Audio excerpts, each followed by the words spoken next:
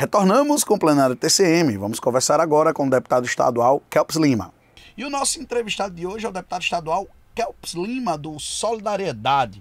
Boa tarde, deputado. Seja bem-vindo ao Meu Dia Mossoró. Tem rodado muito o estado, pelo menos é o que eu tenho visto nas redes sociais. Tá pintando um candidato ao governo? Boa tarde. Boa tarde, Bruno. Boa tarde, Carol. Boa tarde a todos os ouvintes de Mossoró. Sinceramente, o Solidariedade vai ter candidato a governador. Eu acho natural que as pessoas, num primeiro momento, coloquem que o candidato serei eu, porque eu sou o único mandato estadual hoje do partido. Mas nossas viagens não têm esse objetivo. Tem o objetivo de construir o partido em todo o Rio Grande do Norte. Este é o objetivo do partido. Construir chapa própria para deputado estadual, para deputado federal, para que a gente não fique refém dos velhos grupos políticos no momento da tática eleitoral em que a gente precisa preservar mandatos. E isso eu vou dar um exemplo muito importante. Em 2016, Natal perdeu uma grande vereadora, que é a Amanda Gugel.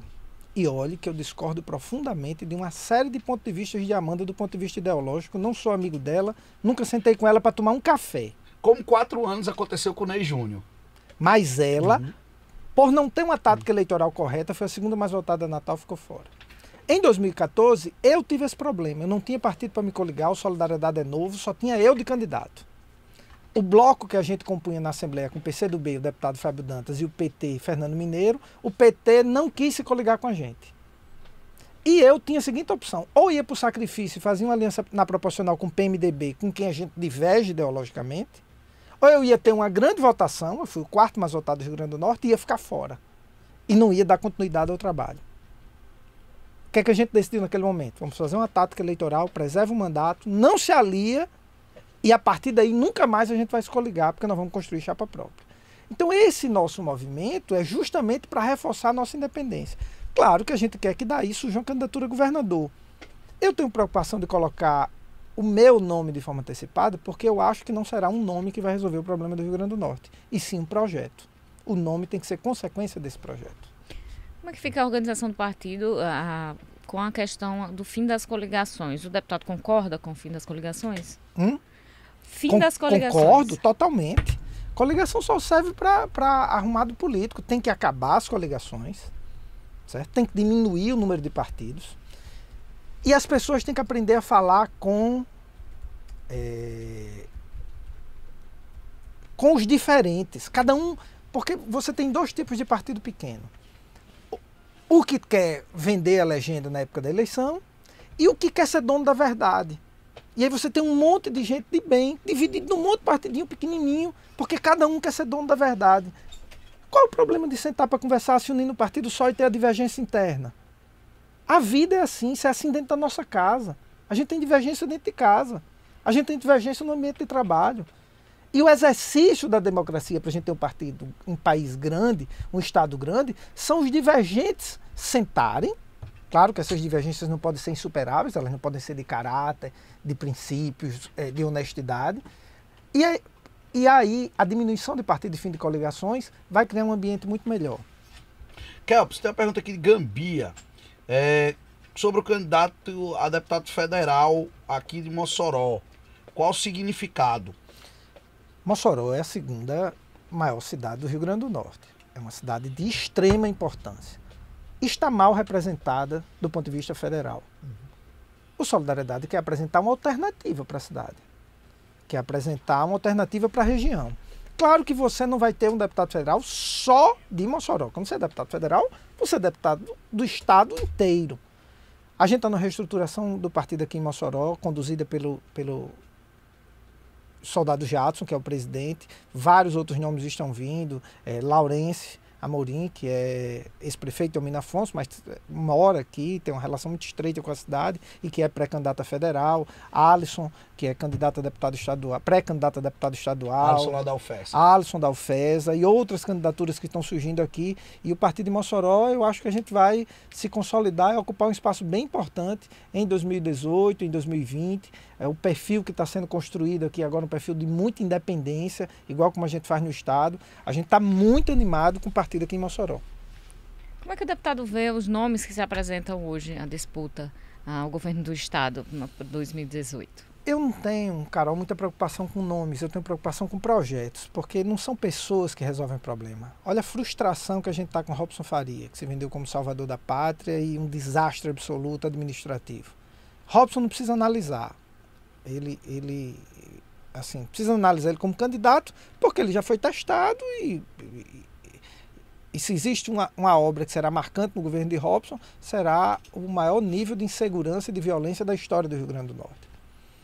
As demais candidaturas dependem do que quer apresentar. O prefeito Carlos Eduardo jurou de pé junto na campanha que não era candidato a governador. Ganhou a eleição, inclusive, dizendo isso. Se ele for candidato, ele entra com carimbo de mentiroso na testa e vai ter que passar a campanha inteira explicando isso. A senadora Fátima Bezerra, em quem eu votei para o Senado e tenho uma admiração pessoal muito grande, ela precisa apresentar o projeto. Eu vou fazer uma pergunta aqui básica. A senadora, todos sabem, é oriunda do serviço público, do sindicato de servidores públicos. Tem uma luta muito digna nessa área. Hoje, o maior problema financeiro do Estado é a folha de pagamento de servidores. O maior problema financeiro. Qual é a proposta dela nesse sentido? Isso ela tem que deixar claríssimo antes da eleição. Isso é muito mais importante que o nome dela. O Rio Grande do Norte é o estado do Brasil com o maior comprometimento de receita corrente líquida com folha de pagamento disparado. É o que tem o maior atraso salarial no Nordeste. Qual é a proposta dela para esse item? A partir daí é que a gente analisa a candidatura, nome por nome, não é concurso de beleza nem minha simpatia.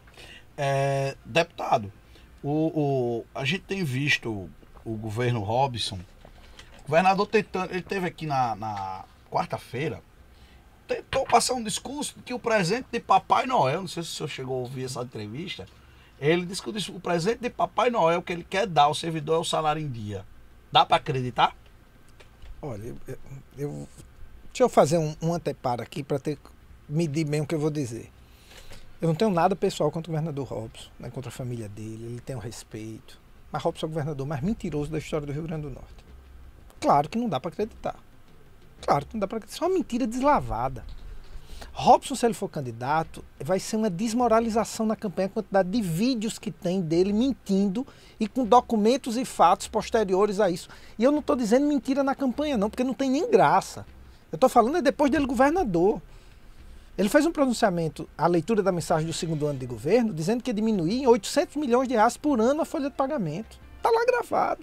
Tudo isso vai ser externado. Ele veio aqui em Mossoró, deu uma entrevista dizendo que estava diminuindo os índices de violência no Estado. Os números estavam diminuindo e a cada mês se quebra o recorde do mês mais violento da história do Rio Grande do Norte. Então, assim, com todo respeito ao governador, está na hora de parar com a compulsão de mentira e começar a ter outra relação com a sociedade, porque senão fica complicado ele andar nas ruas do Rio Grande do Norte. O secretário de Planejamento, Gustavo Nogueira, que tem tido um discurso bem mais realista que o governador. Desmente muito o governador. Ele é um dos que mais desmente o governador. Eles não conseguem se entender nas entrevistas. Gustavo Nogueira chegou a dizer hoje que a culpa do salário atrasado é a Previdência. Mas é um dos itens. Na realidade, a Previdência é o maior rombo financeiro nas contas públicas. Mas, por exemplo, o Robson não apresentou nenhuma medida para equacionar isso. O que é que ele fez?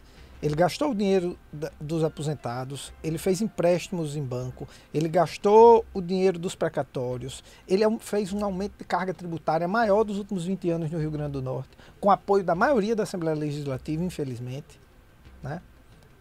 E nenhum desses aportes, ele recebeu mais de 400 milhões de reais de repatriação, e esses aportes não resolvem. Mais um empréstimo agora, porque ele não ataca a raiz do problema. Atacar a raiz do problema requer uma grande liderança, um grande projeto, um grande diálogo verdadeiro com a população, porque terão medidas desgastantes.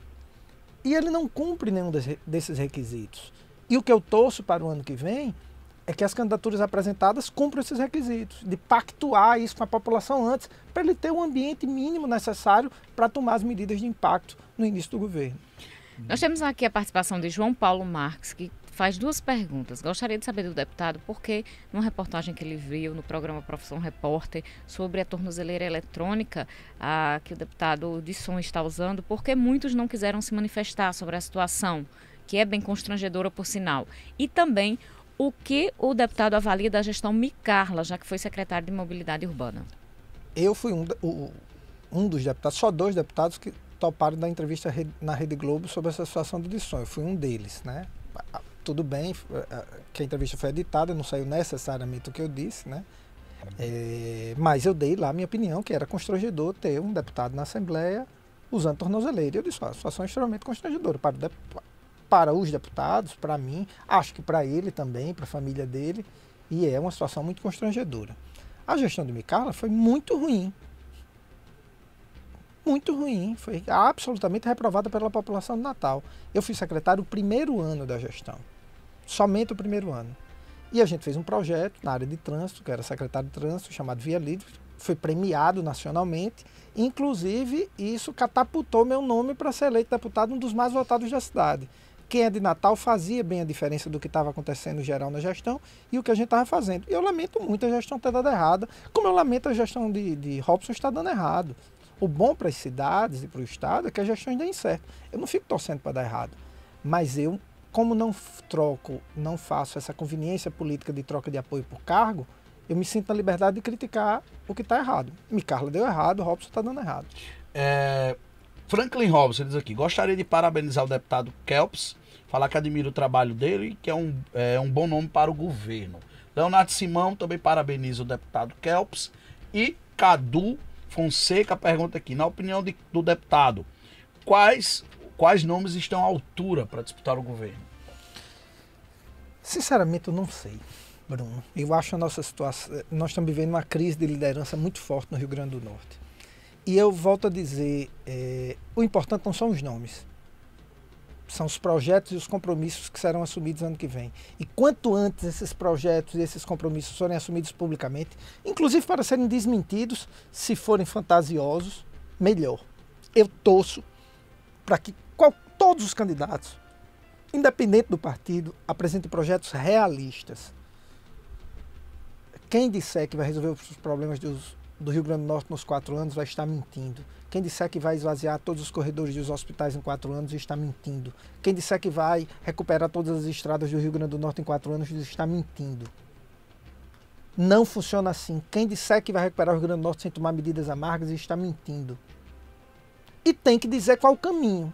Eu defendo o caminho de um processo de modernização de uma política econômica para o Estado e investimento em tudo que sobrar de dinheiro em educação. Tudo. Em educação colado com o projeto econômico, porque aí você inicia um projeto de construção de um Estado melhor.